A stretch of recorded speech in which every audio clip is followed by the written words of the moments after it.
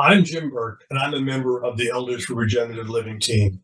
In the last year, our focus has moved from sustainable to regenerative living. Renowned environmentalist Paul Hawkins, in his most recent book, Regeneration, Ending the Climate Crisis in One Generation, advises us that regeneration means putting life at the center of every action and decision. As Jane Goodall said in the introduction to the book, we are part of the natural world, and there seems to have been a disconnect between our clever brains and the love and compassion that poetically we see in the human heart. She goes on to say, we have many self-inflicted problems to work out, which are all interconnected, and we need to understand and solve in an integrated way.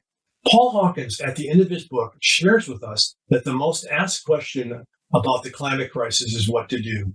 He goes on to say that we should push the power of decision-making out to the periphery and away from the center, then ask people to talk to one another and to take responsibility. That's what works. We are what works. Today, my fellow team members, Robert, Shirley, and Libby, are going to talk with you about living regeneratively. I want to thank you for being with us here today. Lastly, I believe you have an important choice to make, and that choice is going to affect your children, their children, and all future generations. Will you choose to live more regeneratively? This is an exciting time with so many things we can do as regenerative elders collaborating to eliminate fossil fuels. I was one of 6 kids in a small house with a natural gas water heater, stove, and wall furnace, and even a portable natural gas space heater. UCLA studies have shown that children growing up in such homes average a 42% greater chance as adults of poorer health. In my family, it was 100%, as all 6 siblings had suffered from asthma and bronchitis. In my 70s, there are countless emission-free, clean, all-electric alternatives for heating water and food and heating and cooling buildings. Both the evolving power grid and countless new electric alternatives make them available for all. As regenerative elders, let's electrify everything.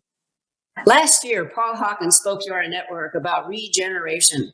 That stimulated a whole new energy around how now do we live when just sustaining the earth is not enough.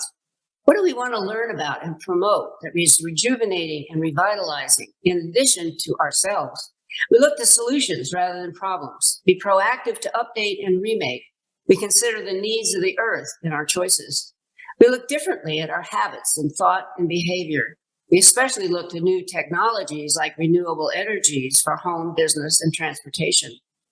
We looked at where we can help others make a difference in their own lives and have fun doing it, like single-use plastics, because detrimental to the earth at every point of its life cycle, from extraction to landfill where it gives off methane, a highly potent greenhouse gas. And now research tells us that microplastics are contaminating our water and endangering human health.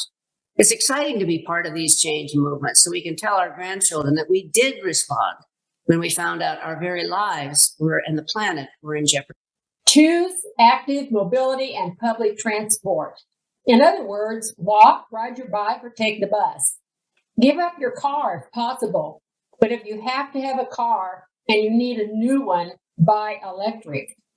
Encourage your bank to divest from fossil fuel projects and do business with alternative or cooperative financial systems that are investing in a healthy planet. And remember to reuse, recreate, redesign, repurpose, recycle, repair, and when possible, refuse. Please join us as we work together to regenerate and recreate what it means to be an elder and how to live each day bringing new life back to Mother Earth.